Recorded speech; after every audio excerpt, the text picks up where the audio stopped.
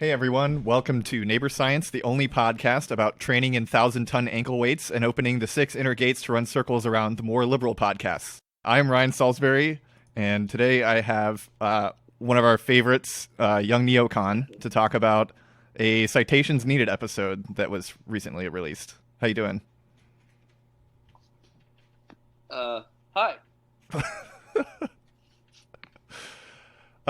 Okay. So, yeah, Citations Needed recently did an episode about degrowth, and as soon as I finished listening to it, I immediately thought of talking to you.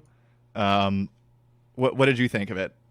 Of the episode? Well, basically it's like, as far as it went, like I actually agreed basically with everything Kickle said. Mm-hmm.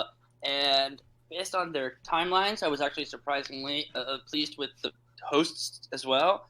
But they still, at various points, just, because I'm an asshole, I just, at various points, got annoyed at things they said. Yeah.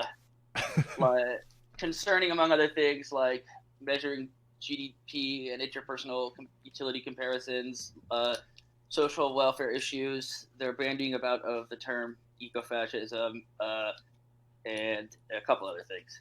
But other than that, it's just mostly that, there's only so much depth you can go into on a podcast like that. And I will say, I tweeted about this though, one thing I did like was they're the only podcast or anything I've seen say that 100 companies produce 71% of emissions claim is horseshit. They did like an addendum at the end of it, and I appreciated that because everybody cites that and nobody knows where it's actually from. So they actually read the Carbon Majors report and realized it didn't say what people said it does. So I actually appreciated that. But other than that, don't you also have like another objection to it though, where it sort of is an individualistic explanation of things? No, okay, so it's a couple things. The problem with it is with the 100 companies produce 71% of emissions claim is that it accounts like, okay, so if I drive in a car and put gas in the car and emit carbon with it, it ascribes the CO2 that I emitted to the company that produced the oil, right?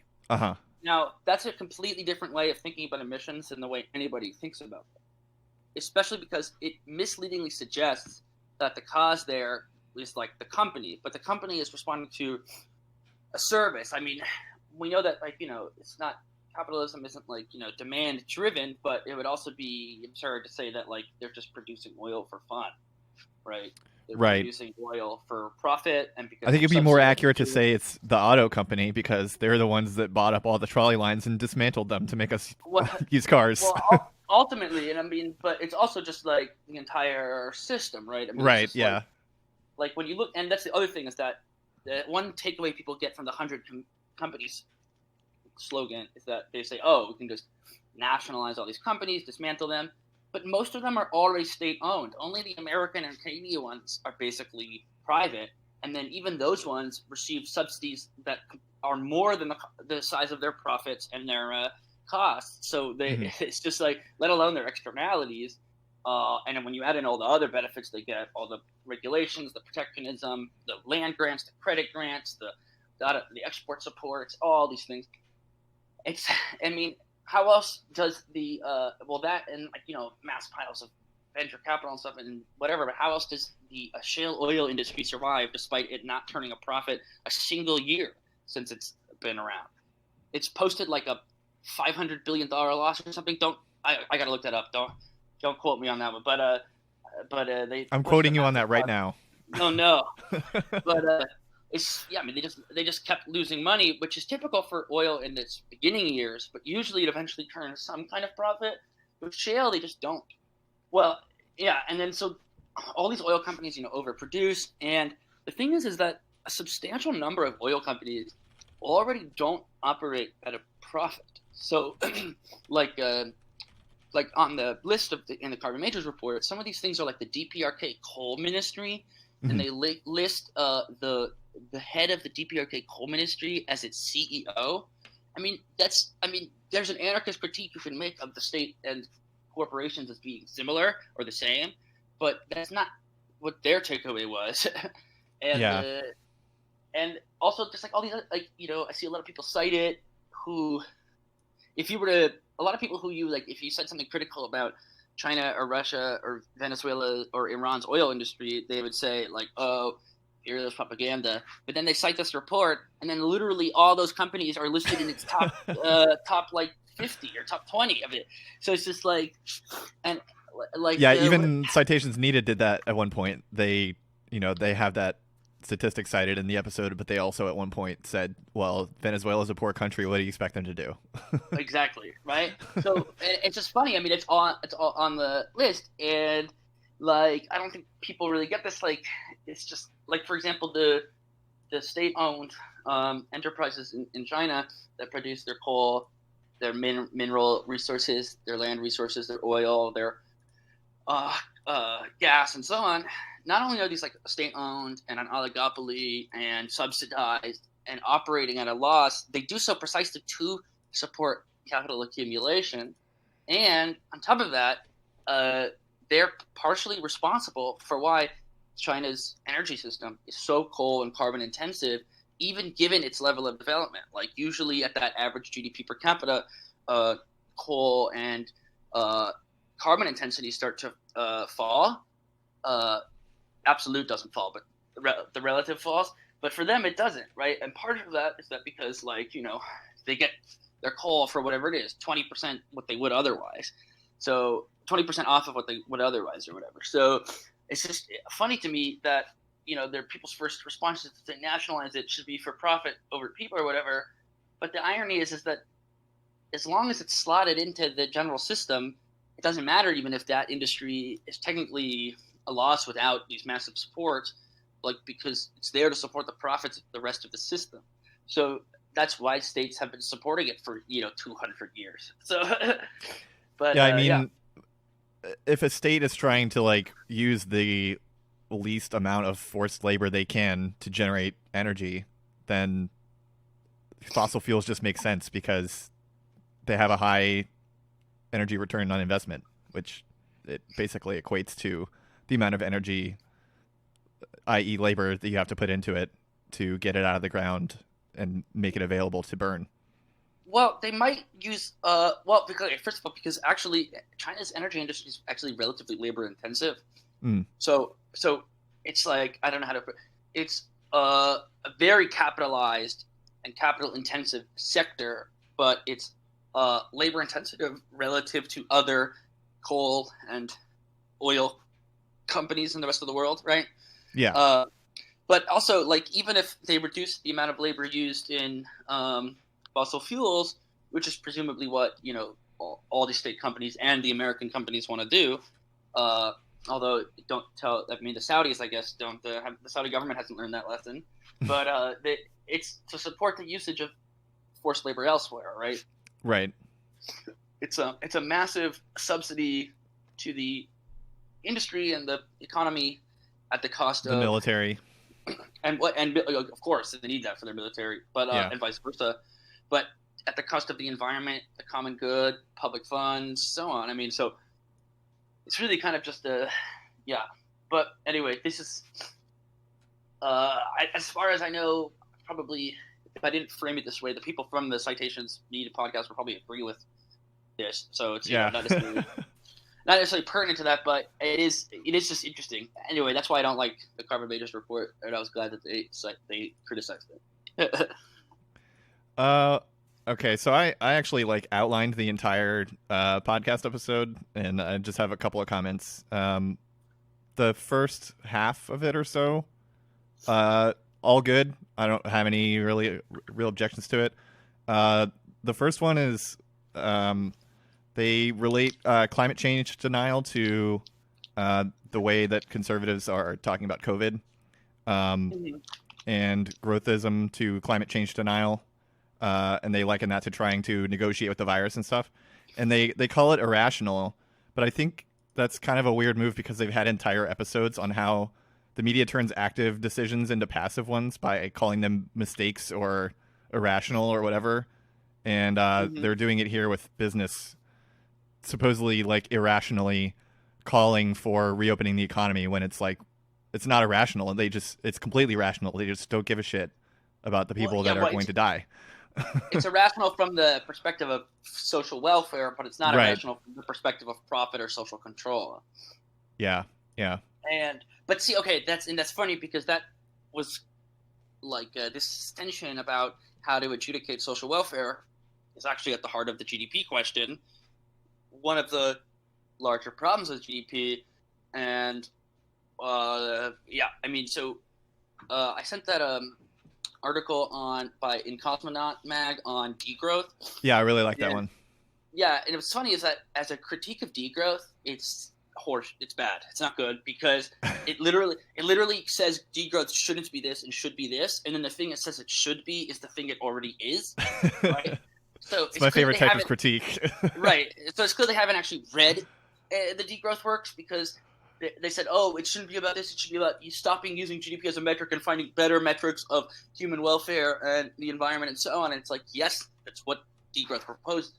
But as a critique of accounting mechanisms, it's actually a pretty good piece. And it discusses how there's several issues with accounting mechanisms. And the fact is that GDP is a metric, it's a transactional metric. It measures the volume in money of total number of transactions in an economy, which means it doesn't, except implicitly, perhaps, measure non-economic transactions, non-monetary ones. And so if a cost is monetized, it's counted, and if a benefit is not monetized, it isn't.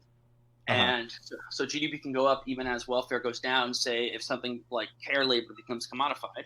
So that's one thing. The next thing is that, for GDP to be meaningful, it has to be subjected to many different deflators and metrics, such as inflation, so comparing it to a price level, or to basket of goods, or to international currency, or to a numerator like gold. But then you start to get into other issues because the basket of currency is not of commodities is not the same across every country. Rice is a staple in one country, wheat is a staple in another, right? And so then you get into another issue. Even within one country, there's not equivalence across the different groups. So, like, what might be inflationary price rise for someone who makes $50,000 a year? If they're already buying $100 steaks, it's not going to be a price rise for relative to the rich person consuming it. So then you need to include all these other. I've run into that problem. Like if I try to compare prices between places or times, I try to specifically cite it as like if you made minimum wage at this period, then it would cost this. If you made the average income during this period, it would cost this. It's really complicated. I think the only way to reliably do it is if you use multiple metrics at a time. Like, so you use different baskets of good comparisons. So it's like, okay, here's the nominal comparison, here's the PPP comparison, here's the adjusted PPP comparison. I use hours. So if you make minimum wage, then it would be this many hours, and then you can convert that number of hours into the minimum wage at a different time or in a different country. Right, but you also need to compare it to the basket of goods they can consume, and then that's where this starts to go. And the point is that a lot of these depend on things like behavioral assumptions, like people, like, wealth effects and income effects that are somewhat arbitrary because they need to be inferred from the data itself. So it's often kind of circular, which is fine as a heuristic, but once you reify it as this metric to be, once a metric becomes a target, it ceases to function as a metric. Right. Yeah. So that's like with GDP, and then so that's another one. And then at the heart of that, though, are things like changes in quality, technology, and utility, which again, this Cosmonaut article addresses, which is that something can go down in price or up in price, but have the same utility or get higher in quality. People's tastes change, people's notions of welfare change, and so on, and technology changes. So it's very hard to compare these things across time. I mean, we can, but we have to, as I say, I think we have to use, many different metrics: output, hours worked, basket of commodities, quality. That's the only way we can get a holistic view. And if you want to do this, and then, so that's like a big issue. And then that raises the questions of how do you adjudicate social welfare? How do you adjudicate people's preferences? How do you maximize that? And, that's a famously vexed problem in economics. And there's all these different impossibility theorems about aggregating preferences into a social welfare function. Right. And that brings me to this other point, though, which is that, but anyway, they mentioned Greeneye's gross national happiness, and they said that that was hippy dippy. And I mean, I kind of agree in some sense, and I think that to survey, but I don't think necessarily. I mean, if you're going to be a state conducting, panopticonic surveys, I mean, asking people how happy they are isn't that bad of an idea. I mean, during Cybersyn, they had this idea that they were going to install a little meter when everybody's home, and then you turn it up if you're happy, you turn it down if you're sad, and then they would aggregate it in real time, so that there would just be like an aggregate of the country's entire happiness at any given moment. If I were sad, I would be like too depressed to get up and turn the meter, though. I think it's supposed to be like on your couch while you're watching TV, so you can do it while you watch announcements on the TV. I'm not even kidding. That was like the idea. Wow. You'd have it on your remote. Yeah. So you could be like, so the president would come make an announcement. Allende would make an announcement, and if you liked it, you'd turn it up, and then if you didn't, you'd turn it down. That was like everyone's a Nielsen family. Actually, though, right? So that's one thing, and then so I included in the links and stuff a lot of stuff on measuring happiness and the problems with that, and that kind of thing. But they said one thing. One of them, the host said, is I don't care if people are happy. I just want people to be educated, healthy, and have food, right? And I get that sentiment, but that to me raises a whole host of problems, because what they're doing when they say that is, instead of them like they're still imposing their norms onto other people. Yeah, exactly. So instead of learning from the GDP issue that you can't really aggregate welfare at the very least in a single way, let alone just one overall amazing metric, like instead of learning from that you need to have diverse set of multiple metrics, or maybe like not treat people's welfare as or as a status project of metrical adjustment at all. I mean, that's my purpose. But instead of taking that lesson from it, they say, okay, actually, I know better, and my preference is, better than theirs. And I think it's fine if everyone's a dumbass, personally. Well, I mean, it's just as the big however galaxy brain neoclassical economists are, people actually, I don't think people really, like the typical sociodem can't actually really like answer their objection that like you can't like centrally plan what people's welfare is for them, right? So like, yeah, you can guess that education and happiness, like health, will make them better, but I mean, like that's like the obvious cases, but there's always going to be the limit cases where that's not true, and there's always going to be fine-grained aspects to that, and there are some people who I think really would just, rather just, I don't know, fuck around, like smoke cigarettes, eat unhealthy or whatever. And like, I don't frankly care. Yeah, go for it. That. Yeah, really. I mean, so it's like I would like people to be healthy and do whatever they want, right? But like, assuming that they have the choice to, which I agree, everybody should be enabled to do, right? I don't really care after that point if they're not really hurting anyone, like. As long as if any time they're like, oh, I do want to quit and become healthy and go back to school, they can't, right? So it's like that's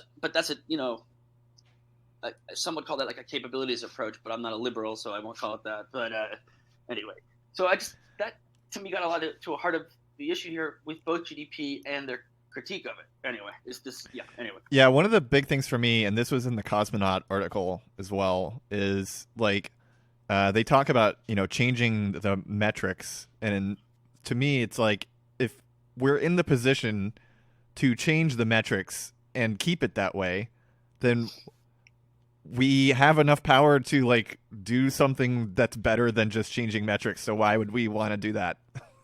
Yeah, and that's the problem with all technocratic solutions like that. Yeah. Like I always go back to the big brain, but Matt Brunick's thing about how we should have an algorithm that chooses who to hire and fire for a company. Because it would be better for the workers. But then the question is, who writes the algorithm? And he's like, well, it'll be written with the consultation of the workers in the union. It's like, well, if the workers in the union are powerful enough to write the algorithm, aren't they also powerful enough to get rid of the boss entirely? So, like, what the situation where it would be possible or feasible or desirable is also the situation where it's unnecessary. So, small aside, now that we're talking about Matty, his post today. Send thousands of people door to door to rip people's gas stoves out and replace them with induction. I don't even get like why he wants that. He thinks that it's well. There's an article that came out like a couple days ago that said gas stoves produce like huge amounts of indoor pollutants, like way more than previously thought, or something like that. So now his big thing is like, oh, we need to save everyone from themselves by forcing them to use a electric stove. But the the electric stove just doesn't. It just moves the pollutants elsewhere. Yeah. Yep. And it's not like they go away. Like, and indoor concentrations of CO2 and other things are rising either way. Yep. But like what? So what? Yeah, I suppose he wants everyone to have an electric heating system too, and so Yes. we're gonna go. We're gonna go to like, yeah. I'm just imagining the Matt Brunig fantasy is like, go to every single like rural area in the world, and you build a massive nuclear power plant and power generation center, maybe a dam or two, and every single person has electric heating and a stove, and like a high-speed train that goes like. Everyone has their own high-speed train. Yeah, exactly. Yeah, and it's like, and nobody actually wants any of these things, but like, like he knows better for people, but right. Or yeah, I don't know. Some people are just like, wait a minute, the whole point of me moving here was to get away from all this. But anyway, wild. But yeah, I don't know. But that ties into this not only because of the social welfare calculation stuff, but because of this ideology of growthism that even the left shares in many ways. Yeah. Which is, something that when Hickel comes on, he basically says this, like, as you say here, they talk about how the whole idea of assessing national wealth was always a social control project going back to colonial Ireland to create an inventory of nation's wealth to loot. And then they have the happiness meter, dumbass. Which I think that's that's a really like finicky distinction, like national wealth accounting, because like cadastral surveys have existed for thousands of fucking years. They're always state projects, and they're always to take an account of the stuff that they can steal from people. Mm-hmm. Of course.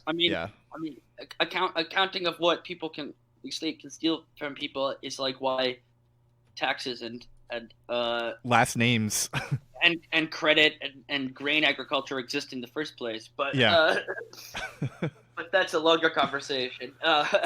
Yeah. But I get, but there is a point that the rise of modern statistics, it's in the name, state is does go back to like census and political economic accounting, and from the 1700s on, these like state and industrial projects. So you had like surveyors of the population, you had the rise of new methods of social control, you had the rise of criminology, you got the skull measurers, you had industrial chemists that used it, and like all these guys to get scientific management projects. Yeah, exactly. All this came together at the same time. They're like, oh wow, this same tool allows us to repress the colonial populations and figure out the best way to cook a loaf of bread or bake a loaf of bread. But, R.I.P. my old tweet about how statistics are statist, and if you use them, you're an oppressor. Got lost in my mass delete. Oh no! It's like, there is actually. That's true though. There is actually a really deep connection between the rise of statistics and the rise of the modern state. Yeah. And it's people don't. All of my joke tweets are only like 60% a joke. Yeah, that's the best. That's the best kind. But yeah.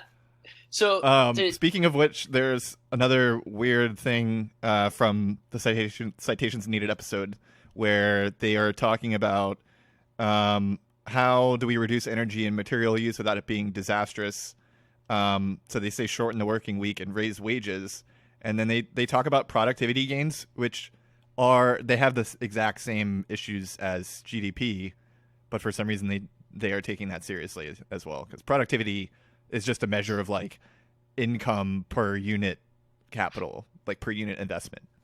Well, there are ways of measuring productivity that don't depend on income, but they are a measure of physical output to physical input and hours worked.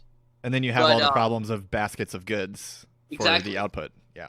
And for services, it doesn't really make sense because the output is a quality function. So then you have to regress quality against hours worked, and then you get into a whole other thing. Well, I think you need to take economics because a service is actually a good that's consumed immediately. Well, there you go. Sounds like my last marriage, but but yeah. So yeah, then Hickel comes on, talks about capitalism and growth and growthism, and how this point when a metric becomes a target, it ceases to be a metric. So GDP was solely to be a metric during World War II, wartime, world, and oh my God, how am I blanking on his name? He's so famous. Kuznets. Oh, Kuznets. Okay. Kuznets curve. Relating something like the idea is that inequality or energy use rise at the early stages of growth, but then as a country gets rich, inequality and carbon usage or something fall, and there's the Kuznets curve and then the environmental Kuznets curve named after. And of course the problem with that is that when he was theorizing that, it was during this exceptional period, namely post-war America and Europe, when capitalism was all this massive capital and wealth had been destroyed, mass taxation, so there was high inequality, high growth. So it looked like the stuff was falling, but then it rose again, right, with the rest of the world. And one of the things that actually ties a lot of this together was I included in the file dump is this Milanovic global inequality. So he theorizes this stuff too, because somehow this all gets related. But yeah. So anyway, starts as this metric to assess wartime assets so they can better mobilize resources for the war. Kuznets says before Congress, don't let this become basically, back then GNP, don't let gross national product become a metric for everything. It doesn't measure utility, technology, quality, or distribution. And then, but with rise of Bretton Woods and modern capitalism, corporatism, financialization, GDP has become the sole metric by which states measure their success in almost every country, regardless of their nominal affiliation and their parties. And so parallel to this, you have this changes of the central bank, where the central bank was originally supposed to facilitate the operations of the government and keep unemployment low. And then now they all have a dual mandate of maintaining the price level, keeping inflation low, or dual or several mandate, keeping inflation low, keeping unemployment low, keeping currency and price level stable, even though these are contradictory goals. And I don't think central banks can control inflation. I don't think that's possible. Well, they can fiddle with it, but it's all the ways they can supposedly do it are based on magical thinking, where one thing leads to, it's like a giant Rube Goldberg machine, basically. Well, yeah, and the economy is kind of a Rube Goldberg machine. But capitalism, capitalism and the state have always inherently had some sort of tendency towards growth, but in different forms, which I don't think necessarily they talked about that much, but now it's specifically focalized around GDP, and sort of GDP represents sort of the pinnacle of this tendency of reification, surveying, social control, standardization, metricalization, financialization, the concern for growth and resources and territory and accumulation that have been at the heart of state and capitalist projects for quite some time, in varying degrees. And so, yeah. So I mean, I would argue that GDP is, like, from the perspective of state, it is a rational measure. It may not be like the ideal way to measure it, but it's basically a measure of state control over society, because the more that is, part of market transactions, the more is part of the control by states. Well, it's interesting because even within GDP, though, there are political state disputes. So in the 70s, during that period, Nixon had them create what is now called core inflation, which is basically the change in the nominal price level minus things like oil and other variable goods. Mhm. And it was a way to say, like, oh, look, like, prices aren't rising. There's no inflation. And people use that metric now. They talk about core inflation, which, of course, is basically the nominal part of the GDP change minus energy and a few other things. But, yeah. Is that like shadow stats? What do you mean? Oh, there's a site called Shadow Government Statistics that has like all these alternate measures of inflation and money supply and stuff. Oh, interesting. That sounds cool. It is cool. I've never looked too close at it to see if it's bullshit or not, because I think it's like the people that run it are the types of people that think we need to be back on the gold standard because fiat money is fake. Yeah, and debt and all that stuff. Yeah. But it's like, so yeah, the state and capitalism have always been these growth-driven projects. The state needs constant growth for various reasons. I mean, like primarily to keep itself funded, because it's basically a Ponzi scheme. And I don't mean that in like a derogatory way. I'm just saying that the funding structure of states since time immemorial has been a Ponzi scheme, in that the next generation has to pay for the last. So that's like a continually true thing. And that states that don't expand ultimately die off because they get absorbed by the states that do expand.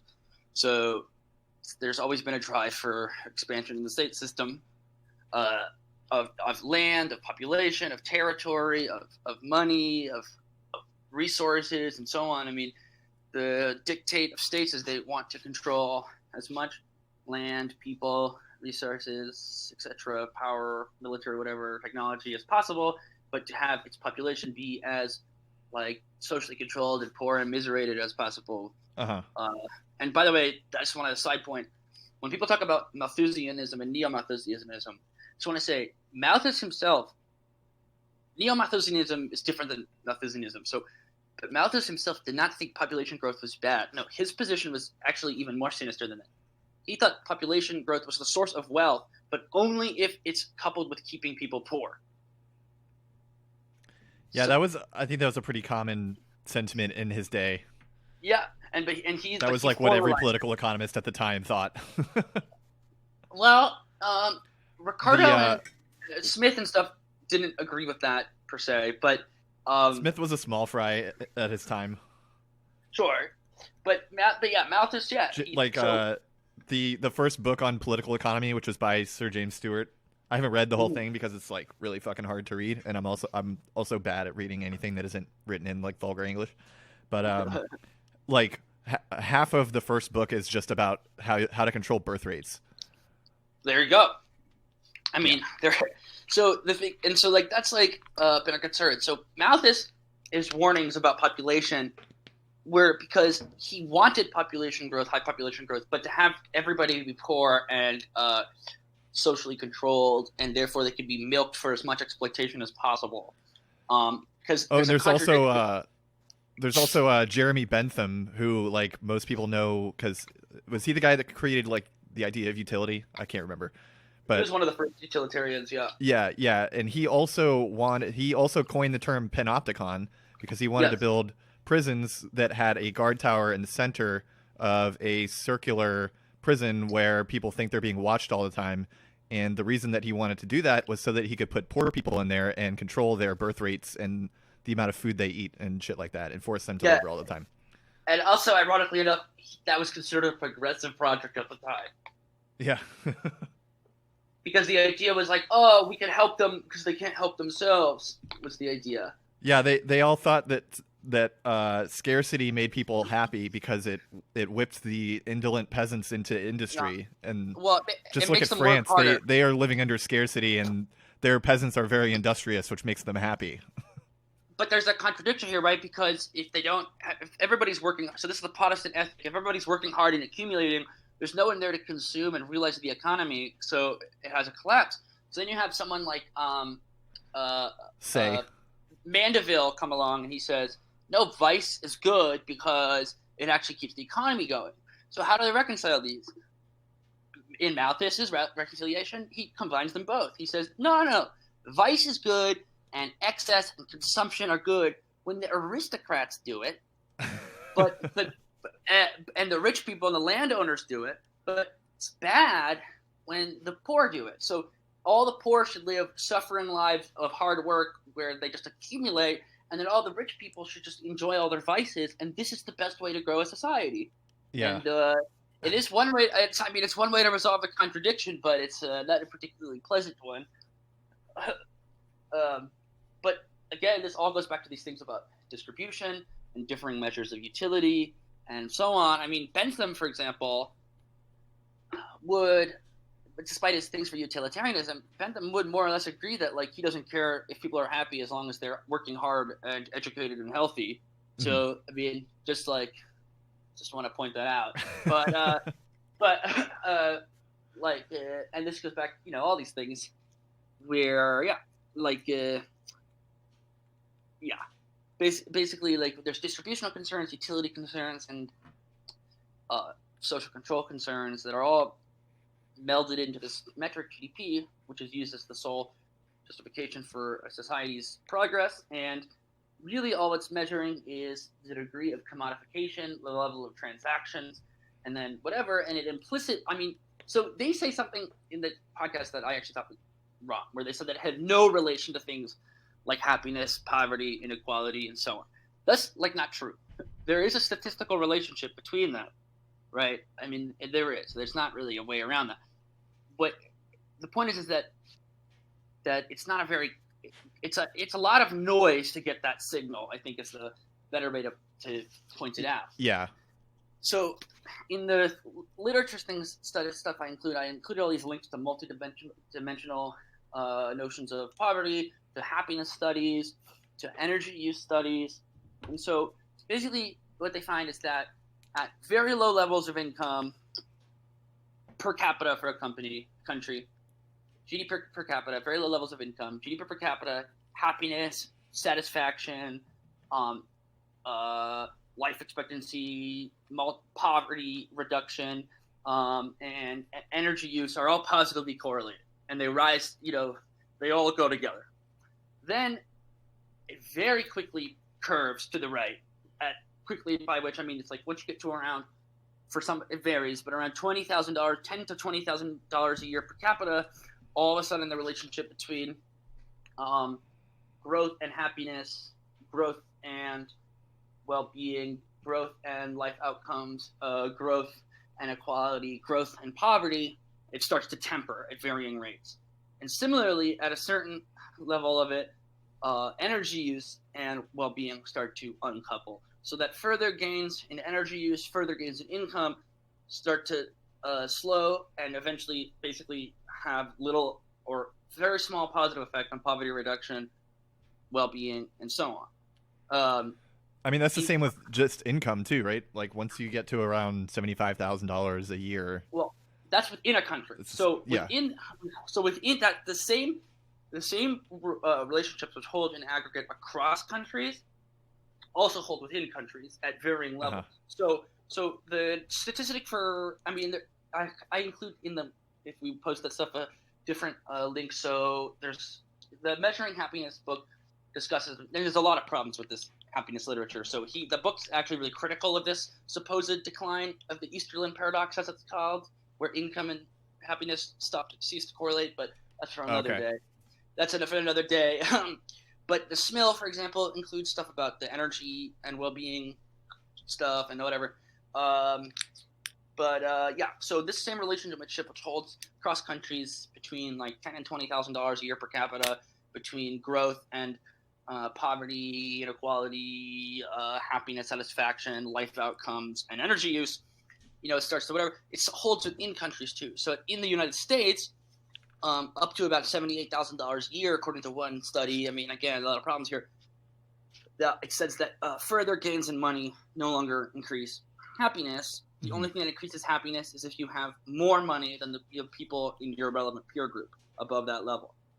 So it's like a self-same recurring relationship both within and between countries, that there's a slope of area where growth measured in GDP and income measured in this normal way is correlated with happiness, life satisfaction, poverty reduction, inequality, energy use, etc. And then there's a point where the curve rapidly switches and then becomes much lower. And then it only relative levels start to matter at that point. Again, this is disputed for each of these in different ways, but that's the general point. Now, I just think that Hickel touched on this, about how it didn't. But the way he said it was that it had no relationship. I pedantically really didn't like that, because it's like there is a statistical relationship, but it's an arbitrary one. So it's like if you couple together a set of it's like with IQ tests, where it's like if you define if you define intelligence as people who do well on X, Y, and Z questions, and then put all those questions together, and then test people on it, and then you're like, that means intelligent. It's a circular exercise, right? Right. It's fitting begging the question. Right. Yeah. It's fitting the metric to the desired outcome rather than the other way around. So that is a valid critique, but and the other thing we could say is that the reason GDP correlates with these things and then ceases to is because of the way Milanovic puts it is that you need a certain level of income to have a certain level of inequality, and in order to do that, you actually need a certain level of wealth and production.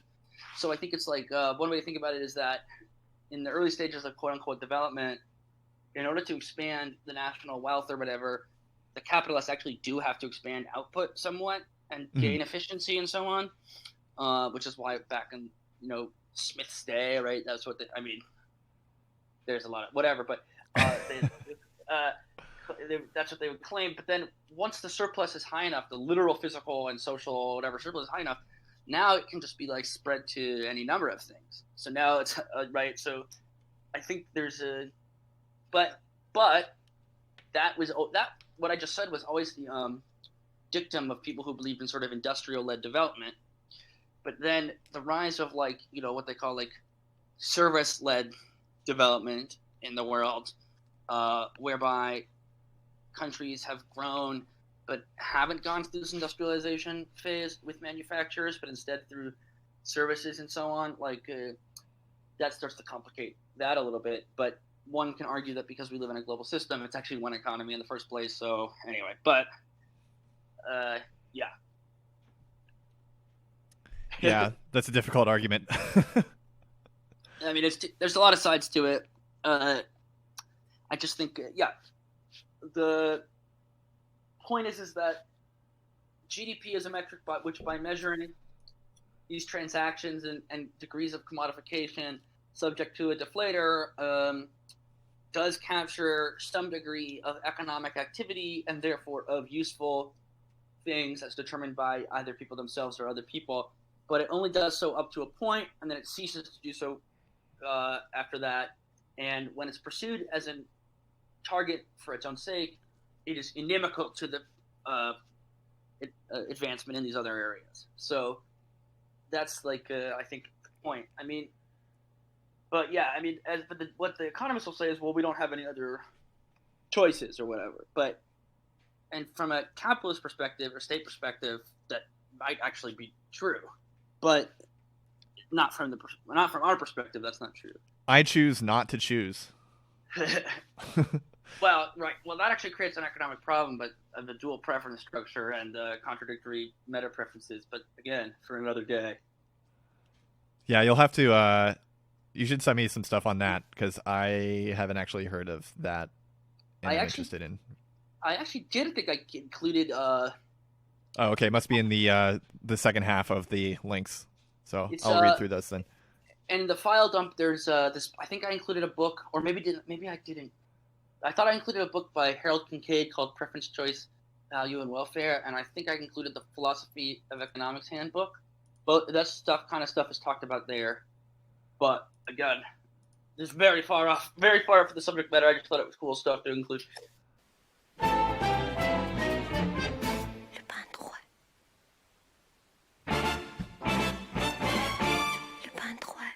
One thing, since we were just talking about GDP, one thing I thought was interesting was when they summarize Hickel's points about GDP, they say GDP is the same whether it's spent on dialysis machines or slot machines.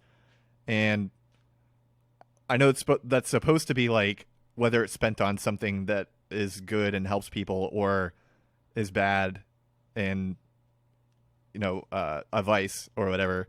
But like dialysis, a lot of people having to use dialysis machines is kind of a sign of like a bad sign of diseases of class. Oh, sure. Yeah, I mean, so I just thought it was an interesting choice.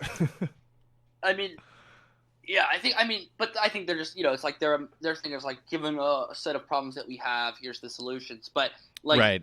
Yeah, I'm not like knocking them for it. I just thought it was like an interesting, like, I guess Freudian slip. Well, sort of thing. I think it's funny because there is like, as you're saying, you could take out this like wider structural viewpoint where it was like, if we lived in a society where everybody was healthy and then could just like gamble all the time, I mean, it wouldn't be a utopia, but it would be a better society than the one in which some people are unhealthy and other people are losing all their money or something. You know what I mean? Yeah. So but that's the problem. I think the social dem kind of worldview, going back to this, I don't care if people are happy, I care if they have education and healthcare, is that it very narrowly like substitutes the person's concerns, however valid they may be, for the population as a whole. Right. Accepts the world's like fundamental parameters as they exist now as necessary. However, then like proposes super changes within that. But then, as we talked about earlier, all the changes that they would institute would require the kind of power to overthrow that system in the first place. So why don't they just take it the next step and advocate like total overthrow? And it's just like that's always going to be the problem at the heart of these progressivist visions like that. For a very far-flung example, but there's this paper I really like called "Against the Empire" about like transhumanist and space colonization futures or whatever. Mm-hmm. And basically, what it points out is that if we actually had the level of technology and sustainability and whatever to achieve something like interstellar migration, it would largely obviate the reasons why people would want to do that in the first place. So it's like if you could somehow have enough resources and sustainability to colonize Mars, it would mean that your planet Earth biosphere was like good enough that we wouldn't need to. Right. So it's like a subtle contradiction of these kinds of set aside. What was the reason the cosmists wanted to go into space? The cosmists were a really funny bunch. I mean, for them, it was much more of this like because exploration and expansion and knowledge are good for their own sake, and and scarcity is always bad and a form of domination. So it's like if we're immortal and we can move through space, then we've literally we've transcended the limitations of space and time. So there's no more possibility of tyranny at all, and you can just float through the universe pursuing truth, justice, and freedom. Kind of. I mean, that's funny. I wrote a very similar point in my I think the last post-scarcity anarchism zine that I wrote. Well, I mean, yeah, and there was this thing about with limitless migratory possibilities, it's very hard to control a population. And mm-hmm. if people are immortal, I mean, you can still shoot them and stuff, but like they're gonna, another way to very hard to control a population. So there is a truth to it. And the Cosmos were a diverse group. They had like weird Orthodox religious fundamentalists, like Slavic nationalists, anarchists, communists. They were a very diverse group of people that were together, and I like them more for like their progressive view, to the idea that they didn't have to cede like science and technology and stuff to like the weird STEM lord and capitalists and so on. And I like them because they were early pioneers of doing models that integrated social, ecological, and technological variables into one sort of dynamic systems analysis without sort of preference to any one of them. That was really cool. And I also think they were cool because they were, a lot of them were anarchists, but they participated nonetheless in the revolution around them. And they, are responsible for the space program in the Soviet Union, whatever else critiques we might have of them. I just think they're pretty cool. So I think that's a decent segue to. I actually wanted to read one of the a couple passages from the Cosmonaut magazine. Is that what Yeah, it's called? yeah. Yeah, Cosmonaut. And they're talking about this is like the first half of the article. They're talking about climate change, and so they say like if climate change is real and it is caused by our sinful desire, then that means I will be asked to give up my desire, not to drive and not to eat meat and so on. And I ward this off by pretending that climate change does not exist. And then later they say, so the problem is like no matter which side we take, denial or abstinence, climate change makes the future of desire impossible. Either we give up what we want in order to save the world, or the world ends, in which case we can't get what we want either. And when desire becomes impossible, we are overwhelmed by sadness and cannot think. So they also compare like one of the main solutions, which is carbon credits, to indulgences, like the thing that the Catholic Church was selling Yeah. in medieval times. Yeah, yeah. And they get really into this metaphor where climate change is caused by sin, which I don't know how to pronounce this word. Is it theodicy? Yes.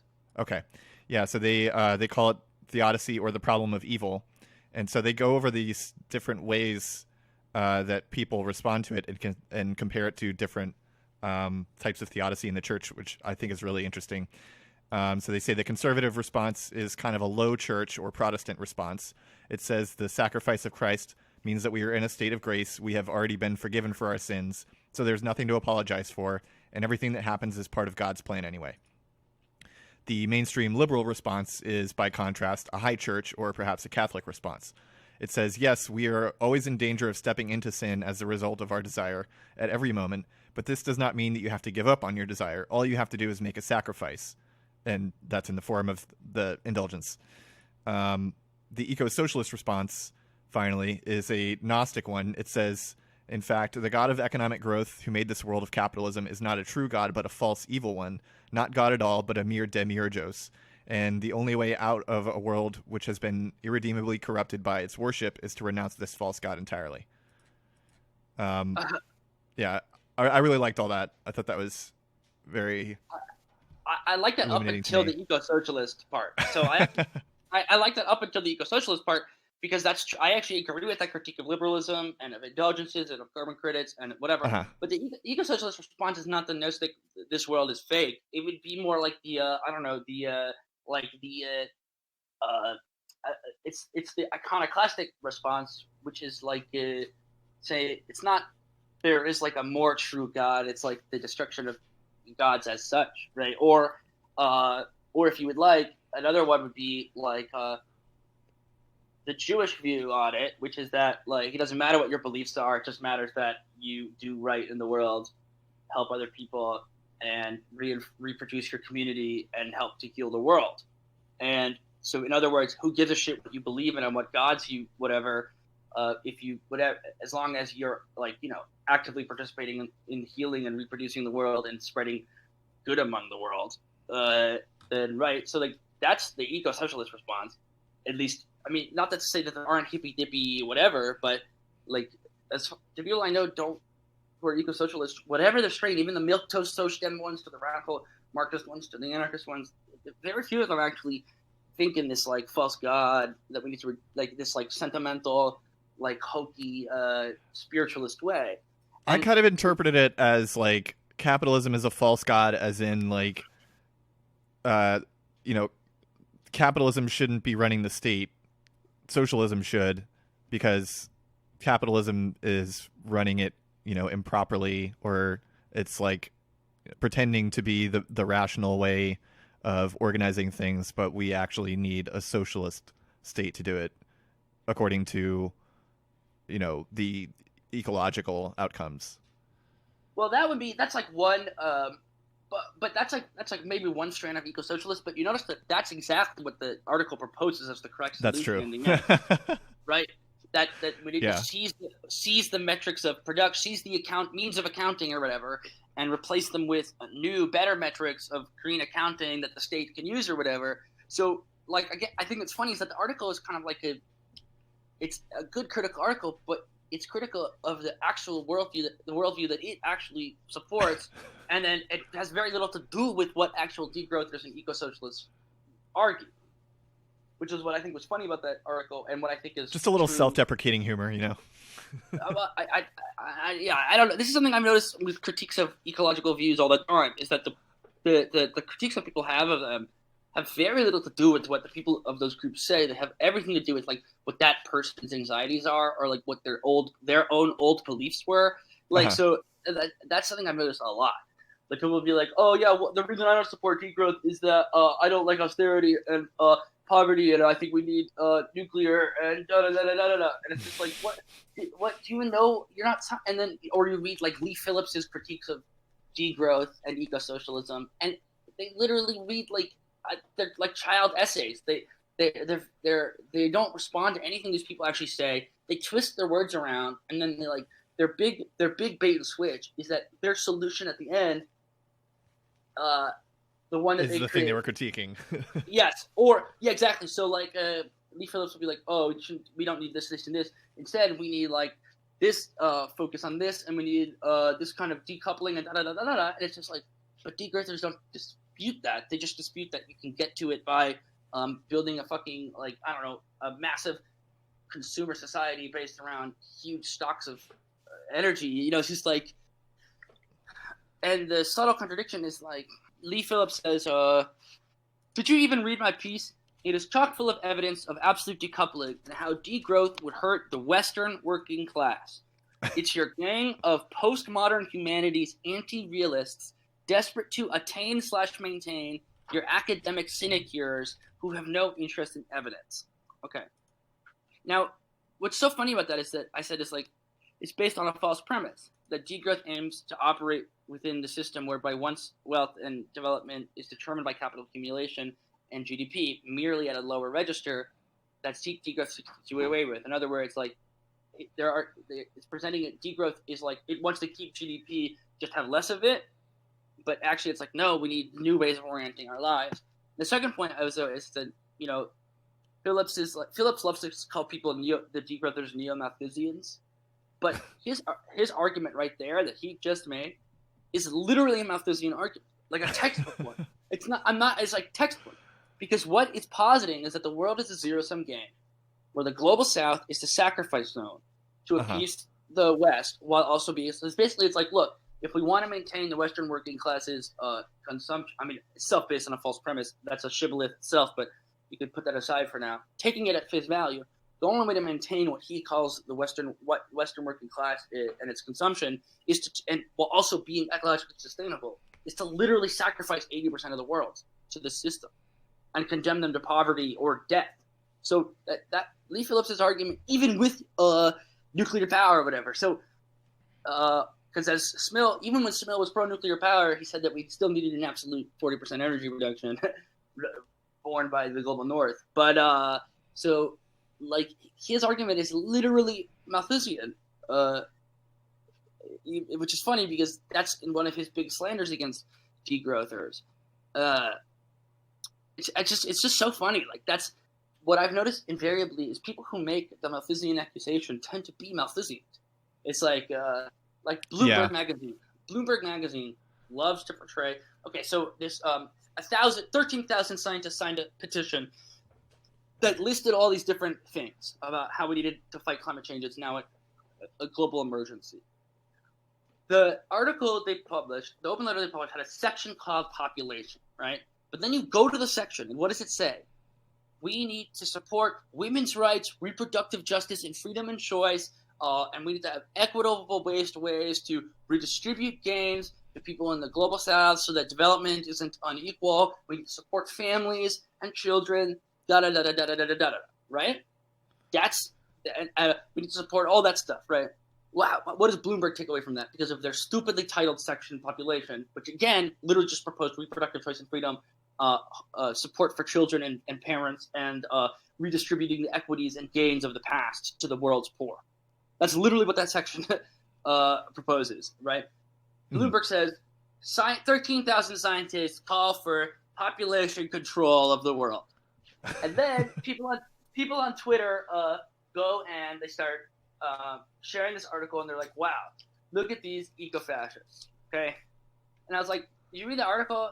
They literally call for like reproductive justice and global equality and social justice and women's rights and support for children and redistributing the gains from the global north and so on. They just happen to be liberal scientists who therefore still think in those terms. So they framed it in this population frame because if you don't look beyond, if you take the state and capitalism for granted, that's how you're going to think. And so granted, that's a problem. That's a problem for how they even titled it or framed it. But that's not calling for population reduction or control, and it's not eco-fascist. But then you go look through Bloomberg's history, you can find articles where Bloomberg itself is literally arguing, the Bloomberg magazine arguing for population control. So and so on. So it's like literally like they hold this editorial stance, which they then use to slander like scientists and ecologists who don't actually hold that stance in practice. So like The Economist does the same thing. The right-wing media does the same thing. They'll say, "Oh, these are eco-fascists who want to kill everybody," and then they'll be like, "Oh, we can't allow more people in this country because of this, this, and this."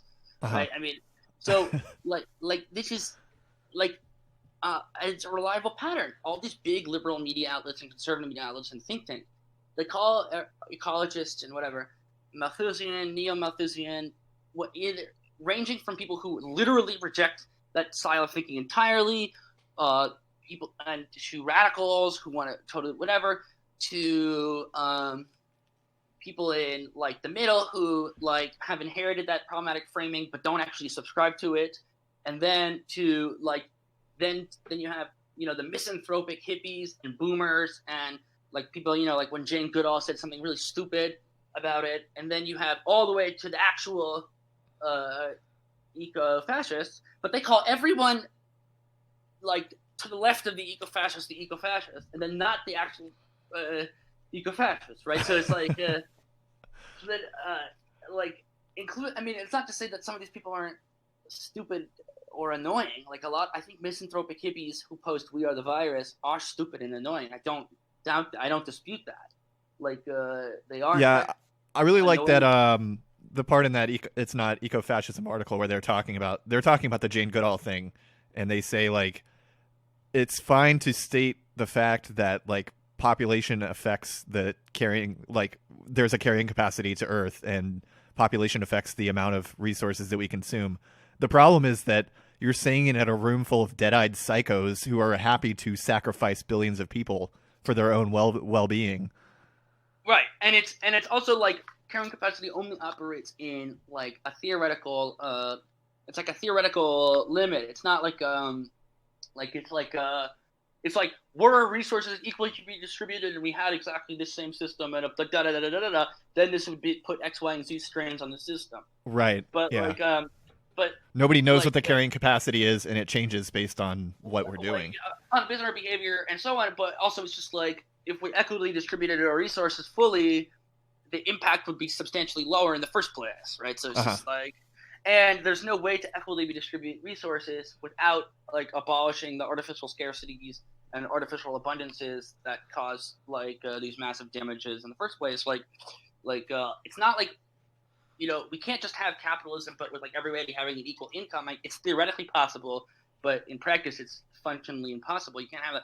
So any system which actually like, and this is the problem though with people who make population arguments, is that they again, the problem with the social democrats and so on is they take like part of the system as just like totally given, and then the other part can be revolutionarily changed. So it's like but the only way that you could achieve the kind of social justice and change is through the kind of fundamental social change that would render their concerns irrelevant in the first place.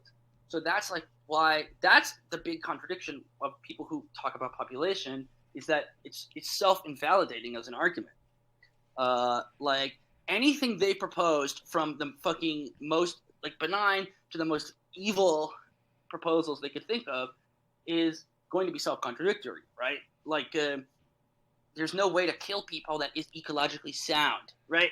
So to put it as like bluntly as possible, every war zone, every kill zone is an ecological disaster. which is why either, I mean, not that we need to have an argument that disproves eco-fascism or whatever, but that is the heart of why it's a self-contradictory ideology, because it literally doesn't work. There's no plausible way to murder your way into sustainability. There's no plausible way to starve people into sustainability. It doesn't work. It's a contradictory argument. It doesn't make sense.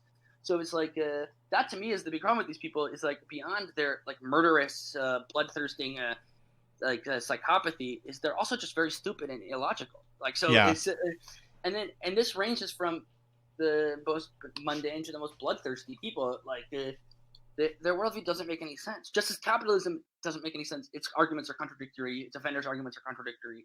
So are these ones. There's no there's no plausible social system that could implement the changes needed for sustainability that could be based on that kind of human brutality and oppression. It just doesn't work. You can't oppress your way into sustainability. The requirements of a system that oppresses people, kills people, and brutalizes people are an ecologically destructive system.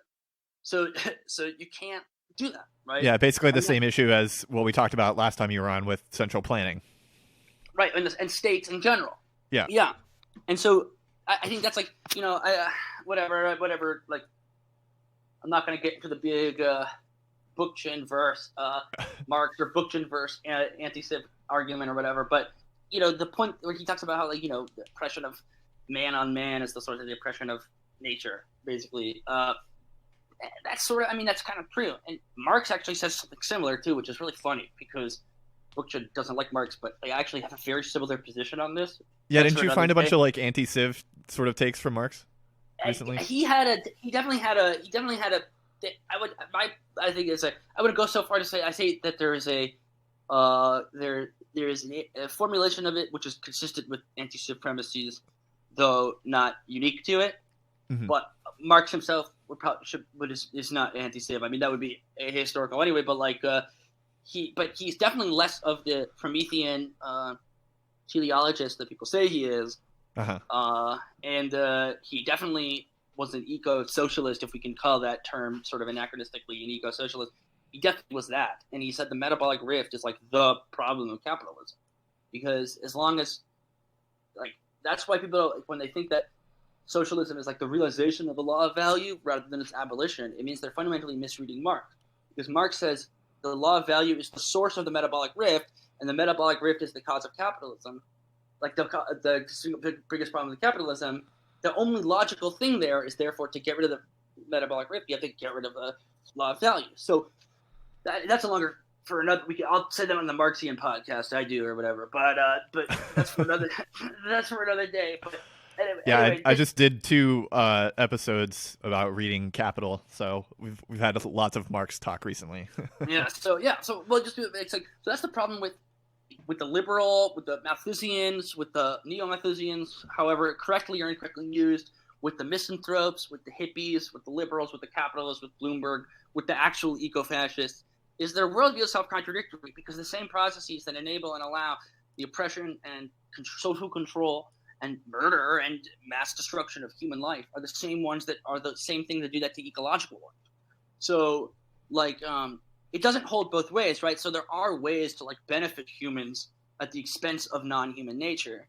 Mm-hmm. But like, so it's not symmetric, but like, there's no way to, like, help one without the other. Like, if you want to stop the destruction of nature, you have to stop the oppression of human beings, right? So it's just, that's what, anyway, I think there's also a more narrow point in there about, and this cuts across not only the Citations Needed podcast, but also the Cosmonaut article and probably a lot of other stuff, which is like the idea that we need to, use different accounting metrics.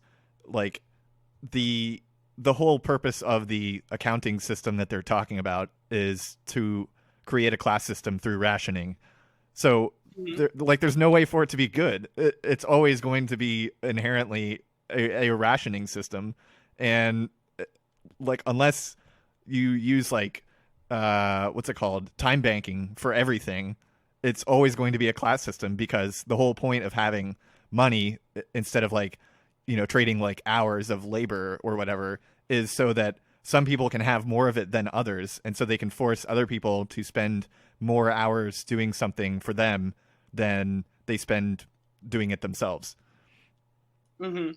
Right, and and any system that appropriates the surplus produced by a person physically and socially and temporally and allocates it to others, beyond their discretionary control in an inequitable manner for the sake of accumulation will be a class system.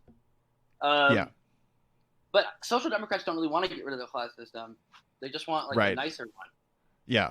They want a class system. They want class system where the poor people have Netflix. Right, exactly. Runick's vision of it is literally like the 1950s. It's just like every person has a home and a job and a financial retirement account. Like that's their vision, right? Like literally. Yeah. So, that's not around. They want a middle class, and the middle class is white people. Well, they would say it's for everybody, but I think we all know what their vision looks like. Yeah. And that, the whole. We could go back to the stove thing. Like, if you want to move the pollution caused by gas stoves to power plants, guess where those power plants are built? Right. But he would say, oh, but if we got rid of those to install this other kind of plant, right?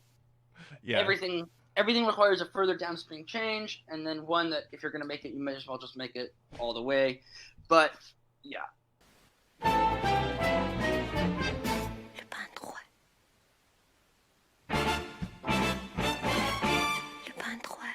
Yeah, I guess the last point I have, if we're talking about like what we should do, if we're talking about if we have the amount of power that we have to like change how metrics work, my suggestions, I'm pretty sure I've said it before, but number 1, suspend all payments.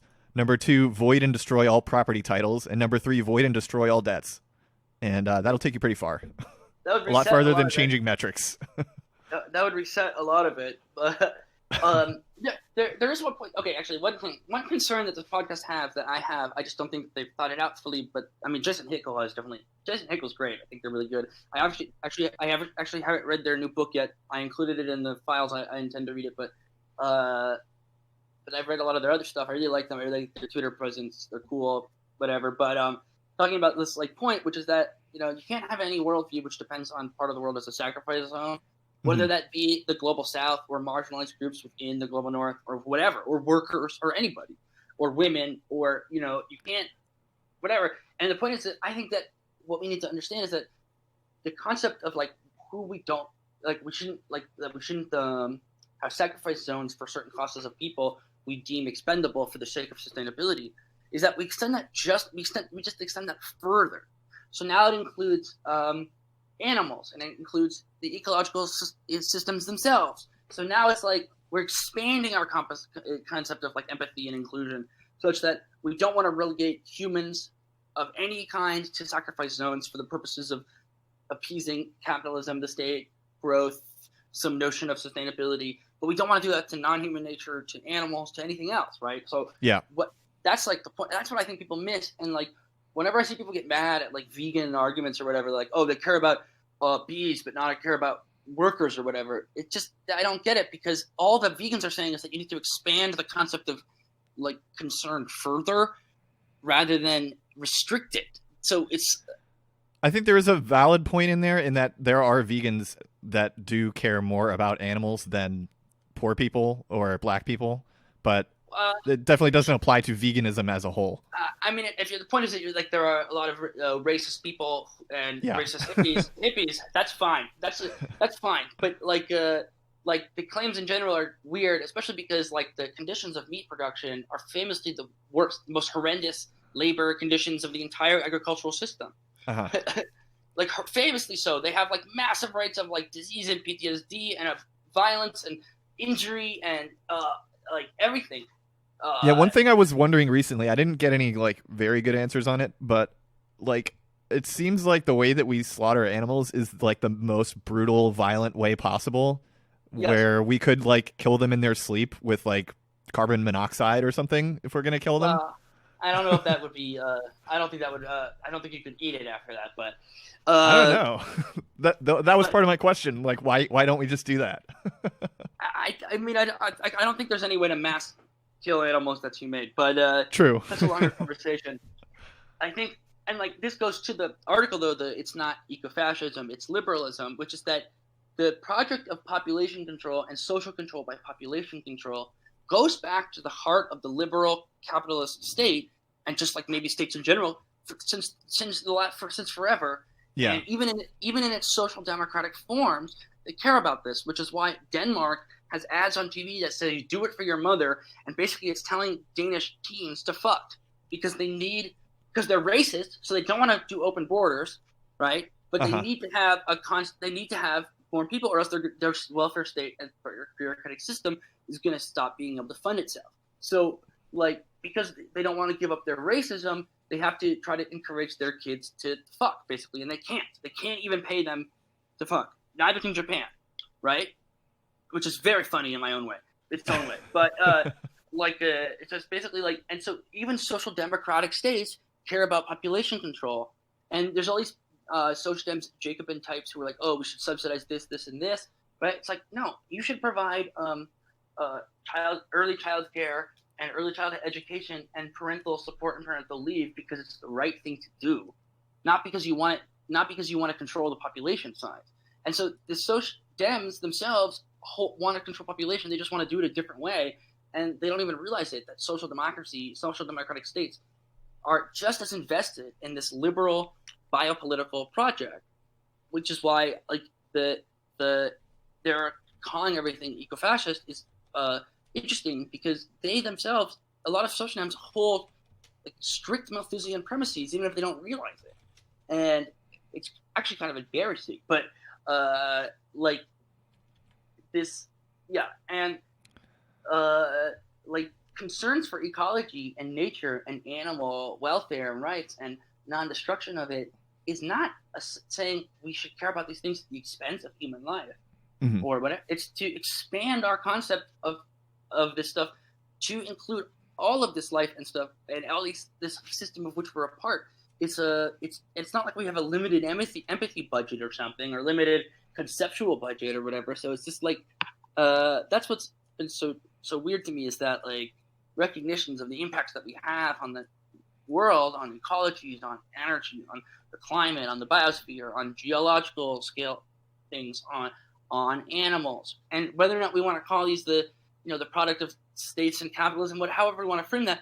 Like, it's not to say, oh, we should kill everybody in the world. It's to say, wait a minute, what if we stop killing humans and stop killing ecology? And, yeah, and it's just bizarre to me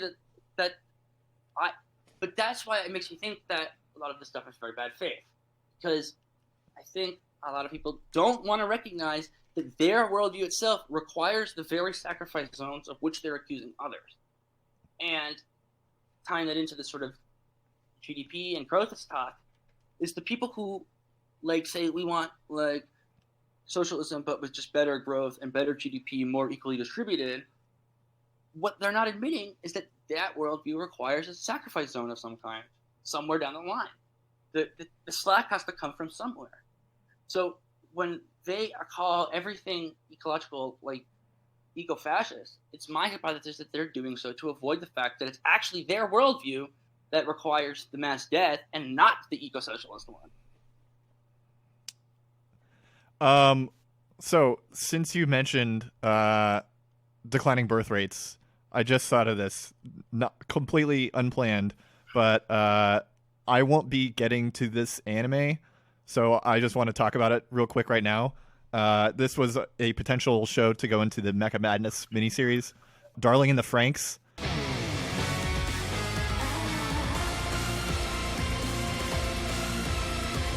is a show that is all about declining birth rates.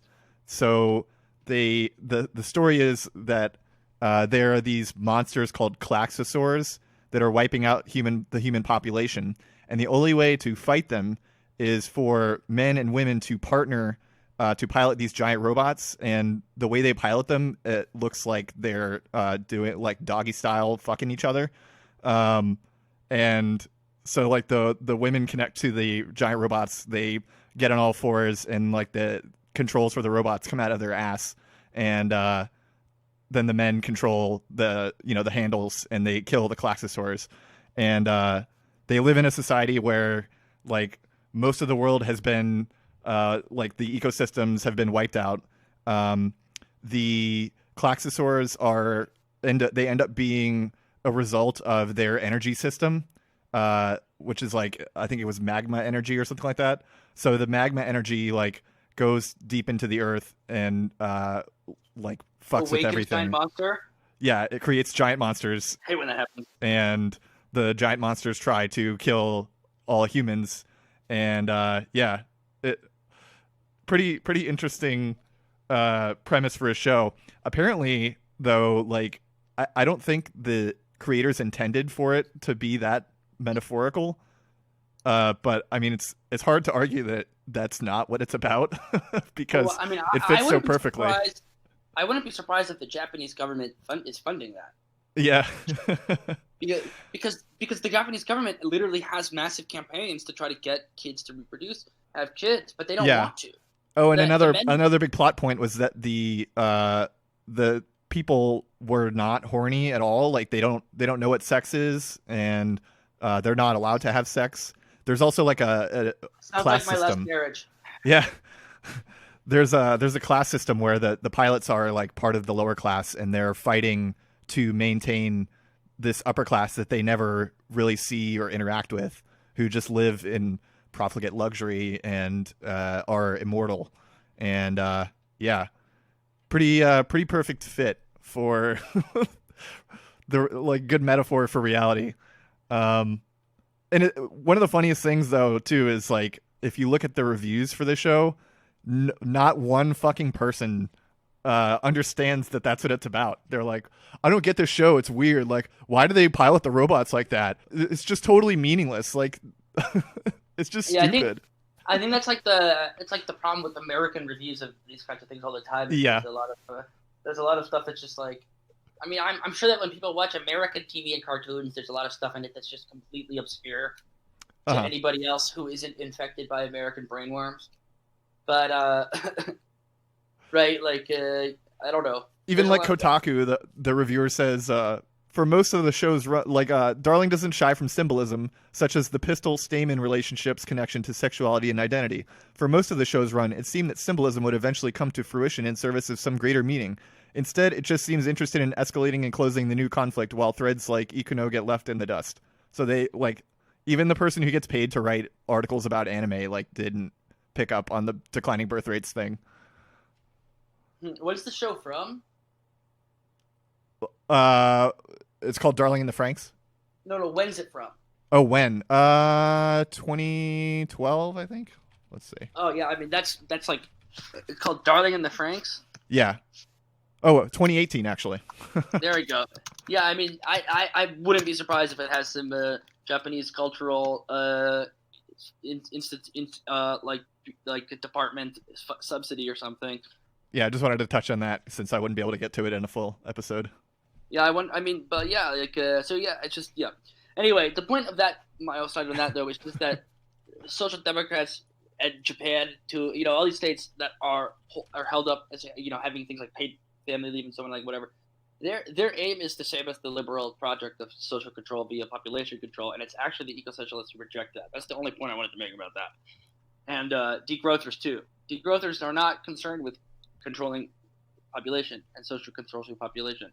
They don't want giant robots that are funded by, piloted by like horny doggy style. Yeah. That's. I mean, maybe some in the '60s wanted that, but I think the modern view is that piloting mechs should be done with genetically modified angel beings rather than partnering them up in a sexual intercourse. But yeah, or at least brains in a vat that require a neural interlink to a living being to functionally operate, but otherwise have to be kept in pristine conditions in giant vats of fluid. Well, you got to be careful with the genetically engineered brain in a vat thing, because it can quickly escalate into genetically engineered sex slaves that also control robots, which is Yes, from yes, Five yes, Star Stories. yes, yes. hmm That's that's a concern for sure. I think in the genetically modified brain mech literature they discuss about the that issue all the time. Yeah, Lot of debates about that, but yeah. society ends up revolving around it, and you have like a sort of Sharia law sort of thing where they have to be covered when they're outside, that kind of thing. I don't know if that's the word for it, but yeah. I mean, modesty laws are common to Modesty laws. There you go. yeah, modesty laws are common to a lot of different religions and societies. Yeah. But yeah. Anyway, I think and it's like that because that's where. Let's see. I mean, we talked about what we talked about GDP well-being. We talked about there not necessarily being a connection between just GDP and distribution and health. We talked about the grow or die intrinsic logic. We talked about I think the cost of growth is kind of implied. Ecosystems. We talked about how the global north needs to be on sacrifice rather than the global south. We didn't talk about Liz Warren's Korean militarism being silly, but whatever. We know that. Yeah, and then the correction of the 100 companies. So I think that was like all of it, like more or less. I think I did find one more point that I could make, which is like besides the other objections that we have to GDP, like focusing on GDP. Another thing is that like GDP could totally just go up without anything actually changing. If prices and wages just rise at the same rate by fiat or what have you, then GDP would go up without anything actually changing at all. nominal GDP, but then that's where the deflator comes in, right? And then that's and then how they deflate it depends on certain variables.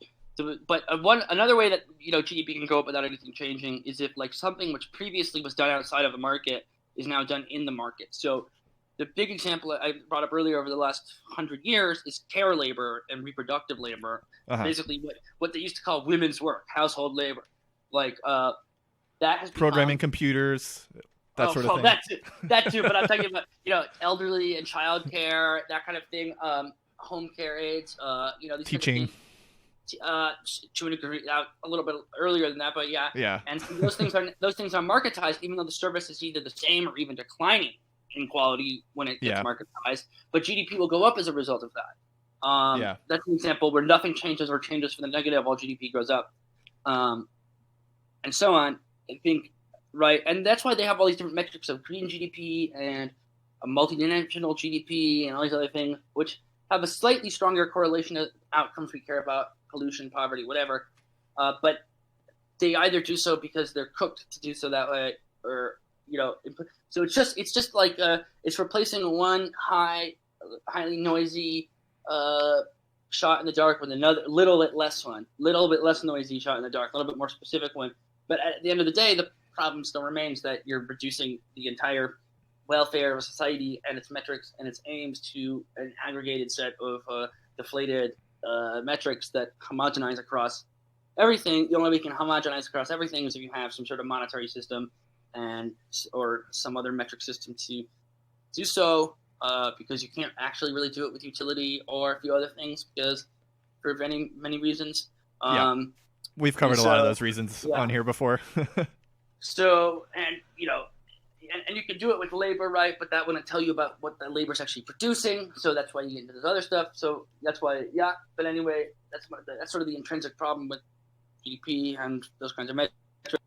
Also, I like this point because it relates to above stuff we talked about. But just the thing that Hickel said about how the global South contributes 60% of the world's labor and energy, but only receives 5% of its wealth. And I think that's an important point. And I think another suspicion I have as to the opposition to degrowth is the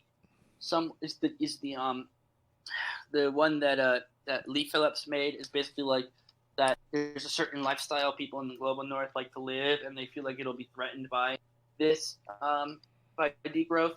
And that concern, I mean, we can talk about how justified it is empirically speaking, but the subtle flip side of that though is that that maintaining a certain lifestyle is worth the cost of human life and labor elsewhere. And I mean, like the conservatives, conservative psychopath types, they just admit that. They just say that that's what they want. But for the like social dems and stuff to say it like requires they'll go, and liberals and the social dems to say it, they'll jump through hoops to avoid saying. Yeah. And one of the hoops that they have to jump through is basically they have to dismiss these ecological critiques, and they do that through any number of ways. But basically, like most of the critiques I've seen of degrowth, of eco-socialism, of green Marxism, of all these other things, they don't actually respond, as I said at the beginning, to any of the substance of what any of these people say. It's not the degrowthers and the eco-socialists and the eco-Marxists and the whatever who are trying to control human population. It's the liberals and the conservatives and the state and the socidems. And it's not the eco-socialists and the degrowthers who want to have austerity or sacrifice zones or to prioritize ecological and animal life over human life. That's like they want to just get rid of that system entirely that even makes us do those choices in the first place. Exactly. And so I really wish that people understood that. And I think, Hickel talks about that kind of stuff on their his Twitter and on the podcast. That is one issue, and then the other issue is I don't like the way that the solution of, say, the Cosmin article and of the podcast citations needed to like GDP was not like we need to get rid of these societies based on aggregating measures and social control and decisions for other people and the welfare choices of a select group of bureaucrats. We need to replace them with a better one. That's what the Cosmin article proposes. That's what the citations needed proposed. But the whole point is, no, we should stop doing that at all in the first place, right? Like, I don't want to substitute my social welfare function for other people's. I would like it if everybody had healthcare and education, right? That's not the point. That's not the point. We're not saying we don't want those things. But what we are saying is that when we frame it in, or what I'm saying at least, is when you frame it in this term of like, this is what they need and I'm going to provision it for them or whatever, they're going to end up measuring everything based on calories and literacy rates. Right. And hours worked and whatever. Yeah. And they're just going to introduce a new obfuscatory aggregative social control metric. And it's just like, why do you want to replace, I don't want to just replace one toxic social control metric with like a slightly more benign one. I want the society where that's not even a thing in the first place. And I don't think that there's this understanding of that, like, there's so many things that people think are sort of like the abolition of capitalism, but are just, it's forms in a new way. So it's just like if you hate capitalism and not the state, you just hate being rational. or I think it's the people who are like that. It's like they more like they hate like. Well, I don't want to say this again. I'm not going to get canceled. But I'll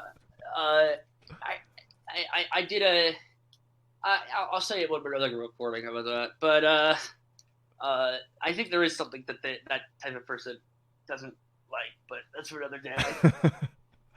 So I guess in conclusion, what if instead of gross domestic product, it's gross domestic product, and it measures the number of garbage pail kids that you produce? Well, that's why I say gross capital formation. You mean like a booger factory? There we go. All right. Yungneocon, thank you for coming on here. Always great to have you. Make sure you edit me so I don't say anything problematic and everything I say is good.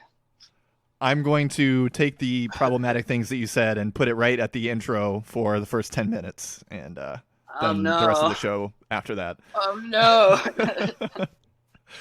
All right. Thanks, everyone, for listening. Please rate us on iTunes after this episode because you're going to love it, and you'll want to give us 5 stars. Thank you. Bye. All right.